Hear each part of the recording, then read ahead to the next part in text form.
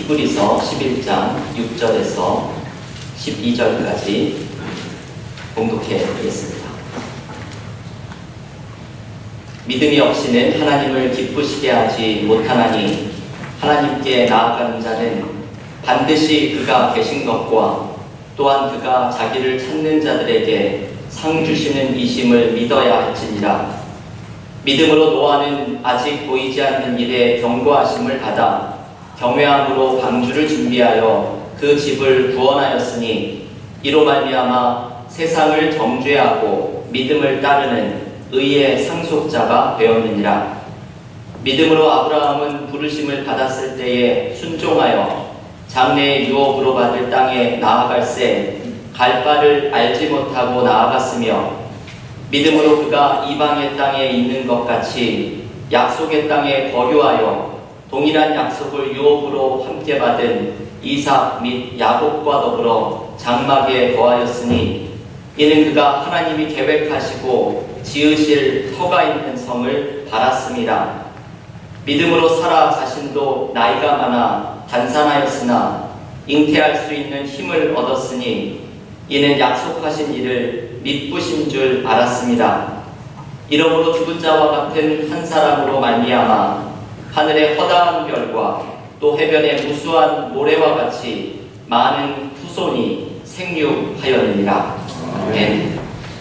올해 2019년 우리 은혜와 사랑 교회의 목회의 주제는 미가서 6장 8절의 말씀으로 겸손하게 하나님과 동행하라입니다. 이제 8월 말로 달려가면서 올해도 4개월여밖에는 시간이 남지 않았습니다. 세월이 너무나 빠르죠. 엊그제 시작한 것 같은 2019년이 이제 중반을 훨씬 넘어섰습니다. 교우 여러분께서는 올해 연초에 결심한 것처럼 이 미가서 6장 8절의 말씀처럼 하나님과 동행하는 믿음의 삶을 살아가고 계시는지 모르겠습니다. 오늘 함께 묵상하는 히브리서 11장의 말씀에는 하나님과 동행했던 믿음의 사람들의 이야기가 나옵니다. 미국에서 박물관이나 의회 건물과 같은 유명한 곳을 가면 어떤 한 방을 Hall of Fame, 명예의 전당이라고 이름을 붙여놓고 유명한 분들의 초상화를 빙 둘러서 전시를 해놓은 곳을 보게 됩니다. 저는 히브리서 11장을 읽으면 그런 명예의 전당과 같은 방에 들어서 있다는 것처럼 느껴집니다. 그런데 이 방의 이름은 다릅니다. Hall of Faith, 믿음의 전당입니다. 히브리서 11장에는 아벨을 그 시작으로 에녹과 노아, 아브라함, 사라, 이삭, 모세, 기생 라합까지 하나님과 믿음으로 동행했던 사람들의 이야기가 소개됩니다. 그런데 이 히브리서 11장의 믿음의 전당에 들어서서 이 믿음의 조상들의 초상화를 둘러보고 있다 보면 한 가지 특징을 발견합니다. 그것은 그 끄트머리의 마지막 자리에 초상화를 하나 걸 수 있는 빈자리가 있음을 발견합니다. 이 자리는 이 성경을 읽고 있는 나의 초상화를 걸어놓아야 할 자리입니다. 나도 믿음으로 하나님과 동행하면서 믿음의 전당에 나의 자리를 마련해야 합니다. 우리는 이렇게 생각할 수 있지요. 아니, 나같이 부족한 사람이 어떻게 성경에 나오는 이 믿음의 조상들과 어깨를 나란히 할 수 있을까 생각이 듭니다. 하지만 여러분, 히브리서 11장에 쓰여진 목적은 바로 믿음의 조상들의 이야기를 읽으면서 우리도 그렇게 살아가라는 초대입니다. 나도 믿음으로 하나님과 동행하면서 히브리서 11장에 나오는 믿음의 전당에 그 귀퉁이의 한 모서리라도 자리를 마련해야 함을 가르쳐줍니다. 여러분, 어떻게 하면 이렇게 할 수가 있습니까? 믿음으로 하나님과 동행하는 삶이 되기 위해서 기억해야 하는 것은 오늘 히브리서 11장 6절의 말씀입니다. 히브리서에서 암송해야 할 중요한 말씀이 히브리서 11장 6절 말씀이죠.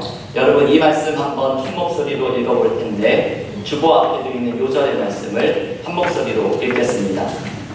믿음이 없이는 하나님을 기쁘시게 하지 못하나니 하나님께 나아가는 자는 반드시 그가 계신 것과 또한 그가 자기를 찾는 자들에게 상 주시는 이심을 믿어야 할지니라. 이 말씀을 기억하고 지키는 사람들이 믿음으로 하나님과 동행하는 사람들이 됩니다.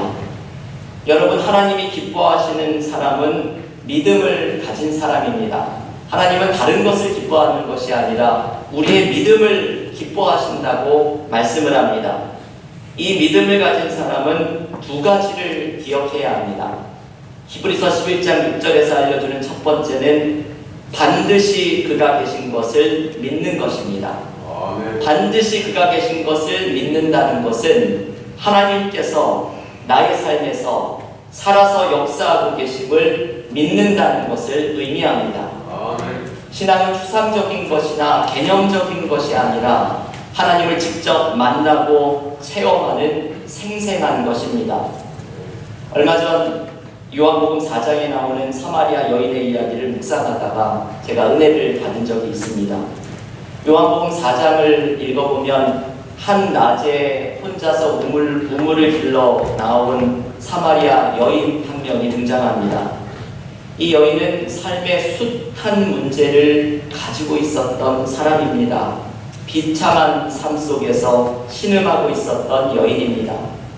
예수님은 이 여인을 불쌍히 여기시면서 이 여인에게 영원히 목마르지 않는 샘물을 주시겠다고 말씀합니다. 그런데 정작 이 여인은 예수님과의 대화에서 낯선 질문들을 합니다.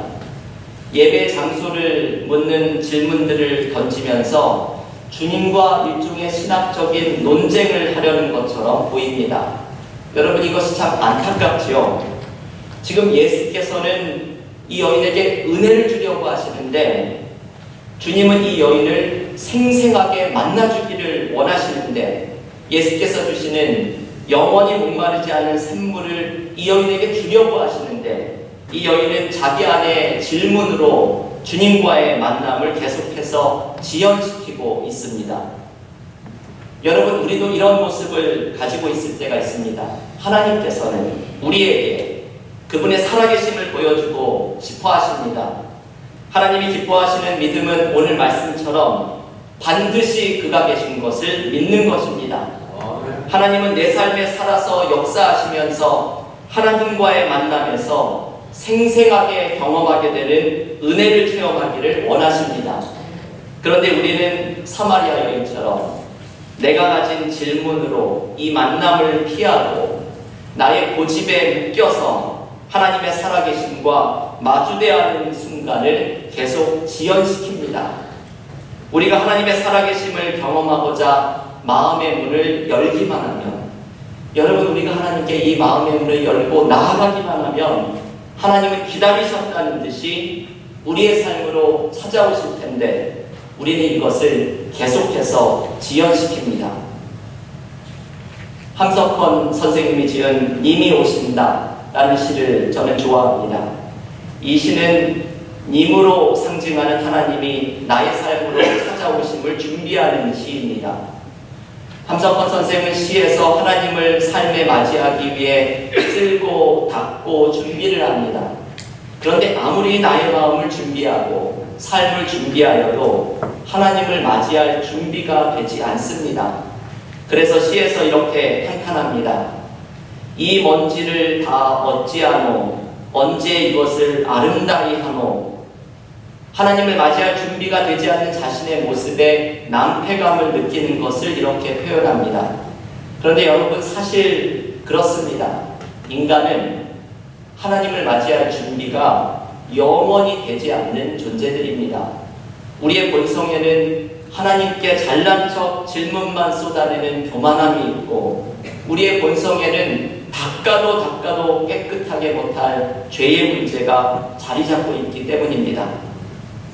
그런데 여러분, 함석헌 선생은 시에서 하나님께서 이분을 찾아오셔서 주시는 특별한 은혜를 경험합니다. 시는 하나님께서 이렇게 말씀하시는 것을 전해줍니다. 이에 걱정 마라. 나도 같이 쓸어주마.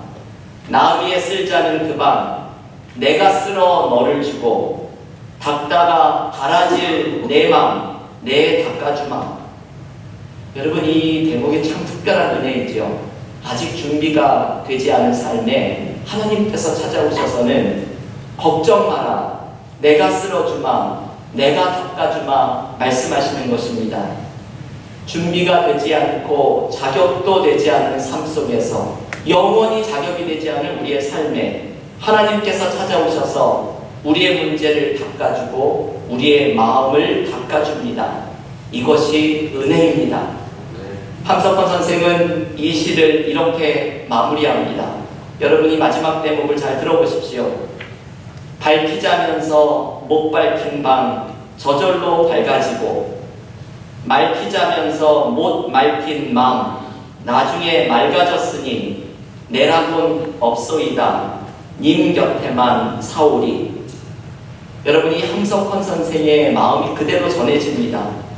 내가 어둠을 밝히려고 아무리 노력을 해도 할 수 없었던 이 방에 하나님이 찾아오셔서 밝아지고, 내가 맑게 하려던 마음도 하나님이 찾아오셔서 맑게 만들어주시니 우리가 하는 고백이란 이것뿐이죠. 님 곁에만 사오리라. 하나님과 동행하는 살겠다는 다짐과 바람뿐입니다. 여러분, 나의 삶의 어둠은 살아계신 하나님을 만나면서 밝아지는 것입니다. 나의 마음속에 있는 이 혼란함은 하나님의 은혜가 찾아오면서 맑아지는 것입니다. 우리가 할 일은 믿음으로 그분이 계신 것을 신뢰하면서 하나님과 동행하는 삶을 살아가는 것입니다. 내 마음을 열어서 살아계신 하나님을 내 삶에서 생생하게 경험하는 것입니다. 내가 하는 것이 아니라 하나님이 하시는 것입니다.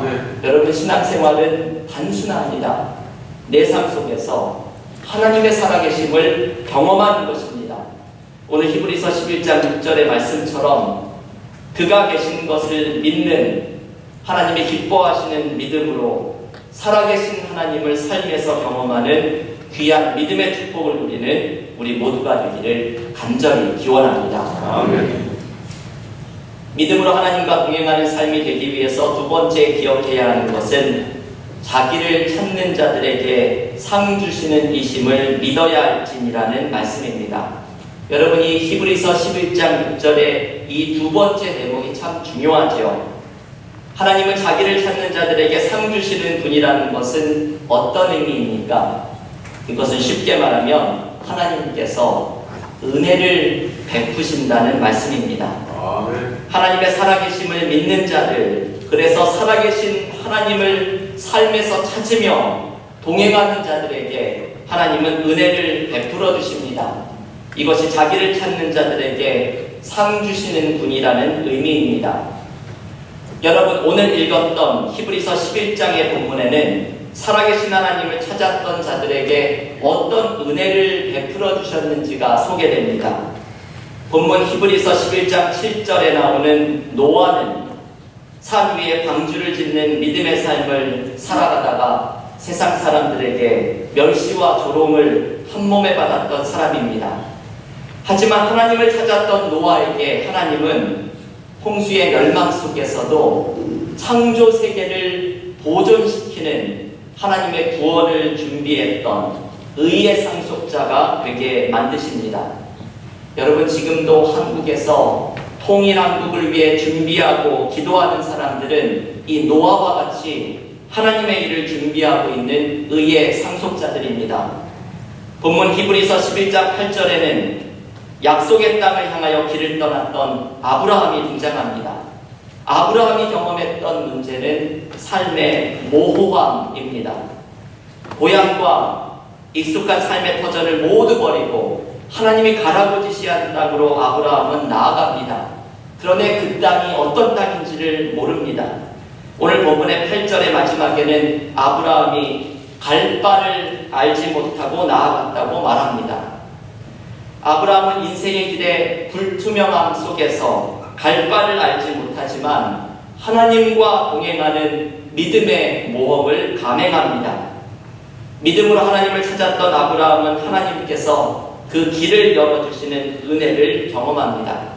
여러분, 이것이 아브라함이 경험했던 은혜입니다. 내려놓으니 하나님이 맡아주십니다. 신뢰하니 하나님께서 그 길을 열어주십니다. 그리고 본문 11절에 나오는 사라는 불가능을 가능하게 하시는 하나님을 만난 사람입니다. 여러분이 믿음의 전당에 서 있는 이 믿음의 조상들을 한번 보십시오. 본문 히브리서 11장 11절은 이렇게 말씀합니다. 믿음으로 사라 자신도 나이가 많아 단산하였으나 잉태할 수 있는 힘을 얻었으니 이는 약속하신 일을 미쁘신 줄 알았습니다. 여러분, 우리가 아는 것처럼 사라는 90세의 나이에 아들 이삭을 얻습니다. 도무지 불가능한 일이 이루어진 것입니다. 그런데 사라에게 이 불가능한 가능성이 이루어진 힘은 바로 이 11절 마지막에서 나오는 말씀처럼 약속하신 일을 미쁘신 줄 알았다는 믿음입니다. 미쁘다는 말은 믿을만하다, 신실하다라는 의미입니다. 하나님께서는 자신의 약속을 이루어주시는 신실하고 선하신 분입니다. 이것을 신뢰한 믿음이 불가능한 가능성을 경험하게 만든 힘이 되었다고 말을 합니다. 여러분, 오늘 본문에서 믿음의 전당에 초상화를 내건 사람들이 경험했던 문제는 이런 것들입니다. 노아는 사람들이 모두 조롱하는 현실에서 하나님의 일을 묵묵히 준비하는 외로움을 경험합니다. 아브라함은 갈 바를 알지 못하고 길을 걸어가야 했던 삶의 모호함을 경험합니다. 사라는 90세의 나이에 자녀를 얻으리라는 약속을 붙잡아야 하는 이 불가능한 가능성을 경험합니다. 외로움과 모호함과 불가능한 현실 속에서 믿음으로 하나님을 찾았던 사람들에게 하나님은 당신의 살아계심을 보여주십니다. 하나님의 은혜를 베풀어 주십니다. 하나님은 믿음으로 하나님과 동행하는 자들에게 당신의 은혜를 반드시 베풀어 주십니다. 여러분, 우리의 삶에는 얼마나 많은 삶의 문제들이 있습니까? 이 외로움과 불투명함과 불가능한 현실 속에서 우리도 얼마나 많이 좌절하고 신음하고 있습니까? 우리의 모든 문제를 하나님께 맡겨야 합니다. 저는 요즘에 예전에 소개해드렸던 파일 아이들만 목사님의 은혜가 더 크다, 이 책을 오디오북으로 다시 듣고 있습니다. 이 목사님의 실제 목소리로 그 책을 다시 들으니 예전에 느끼지 못했던 대목들에서 은혜를 받습니다. 이 책에서 한 중독자들이 모여서 치유를 받는 모임에서 사역을 하는 목사님의 이야기가 소개됩니다. 이 목사님이 중독자들이 모여있는 그 모임에 갔다가 이상한 것을 보게 되었습니다. 사람들이 자신이 경험하는 중독의 문제, 지난 한 주간 동안 자기가 실패했던 이 문제와 경험을 나누는데, 한 사람이 이야기를 이렇게 진행하는 동안에 사람들이 계속해서 여기저기서 손을 드는 것을 보았습니다. 이게 무슨 질문이 있나 생각을 해도 질문을 받는 사람은 없었습니다. 그리고 이 사람의 고백의 끝에 저는 제가 너무 부끄러웠습니다. 그래서 하나님이 더 이상 저를 사랑하실 수 없을 것처럼 느껴졌습니다. 이 말을 할 때는 거의 모든 사람이 손을 번쩍 들어 올렸습니다. 이 목사님이 이것이 너무나 이상해서 모임이 끝난 후에 그 모임의 책임자에게 물었습니다. 사람들이 무슨 질문이 그렇게 많은 거죠? 그랬더니 책임자가 이렇게 말합니다. 목사님, 그것은 질문을 위해서 손을 드는 것이 아닙니다. 나도 그런 사람이라는 것을 보여주려고 손을 드는 것입니다. 우리 단체에는 한 가지의 규칙이 있습니다. 그것은 혼자 싸우지 말라는 것입니다. 그래서 다른 사람이 고백하는 문제와 동일한 문제로 씨름한 사람이 있으면 그때마다 손을 드는 겁니다. 그 사람에게 당신은 혼자가 아니라고, 나도 그 씨름을 하고 있다고 손을 드는 것입니다. 저는 이 이야기를 읽는데 이런 마음이 들었습니다. 아, 우리가 하나님 앞에 손을 들어야겠구나. 여러분, 우리는 혼자 싸우지 말아야 합니다. 내 삶에 함께 하시는 하나님과 함께 싸워야 합니다. 우리는 삶에서 얼마나 많은 문제를 가지고 있습니까? 건강의 문제, 믿음의 문제, 자녀들의 문제, 경제적인 문제, 모호한 앞길의 문제, 우리는 수많은 문제를 가지고 씨름하고 있습니다. 이때 우리에게 필요한 것은 하나님께 손을 드는 것입니다. 내가 지금 이 문제를 가지고 씨름하고 있습니다. 작고 보잘것없는 나를 좀 불쌍히 여겨주십시오. 하나님은 자기를 찾는 자를 도와주신다고 하셨으니 제발 내가 여기 있으니 나를 좀 도와주십시오. 하나님께 손을 드는 것입니다. 오늘 히브리서 말씀을 붙들고서 자기를 찾는 자들에게 은혜를 주시는 하나님을 믿으면서 하나님께 손을 드는 사람에게 살아계신 하나님께서 그 삶을 책임져 주시는 은혜를 베풀어 주실 것입니다. 여러분, 우리의 삶 속에 어려움이 찾아오는 이유는 그 이유가 있습니다. 그 시간을 통해서 살아계신 하나님을 만나라고 주어지는 것입니다. 우리의 삶에 문제가 찾아오는 이유는 그 시간을 통해서 하나님을 찾는 자들에게 은혜를 주시는 이 하나님을 이전보다 더욱 생생하게 경험하라고 주어지는 것입니다. 사랑하는 교우 여러분, 하나님은 우리가 하나님과 동행하는 믿음의 삶이 되기를 원하십니다. 하나님이 내 삶에 살아서 역사하심을 발견하고 하나님을 찾는 자들에게 은혜를 베풀어 주시는 분임을 경험하는 삶이 되기를 원하십니다.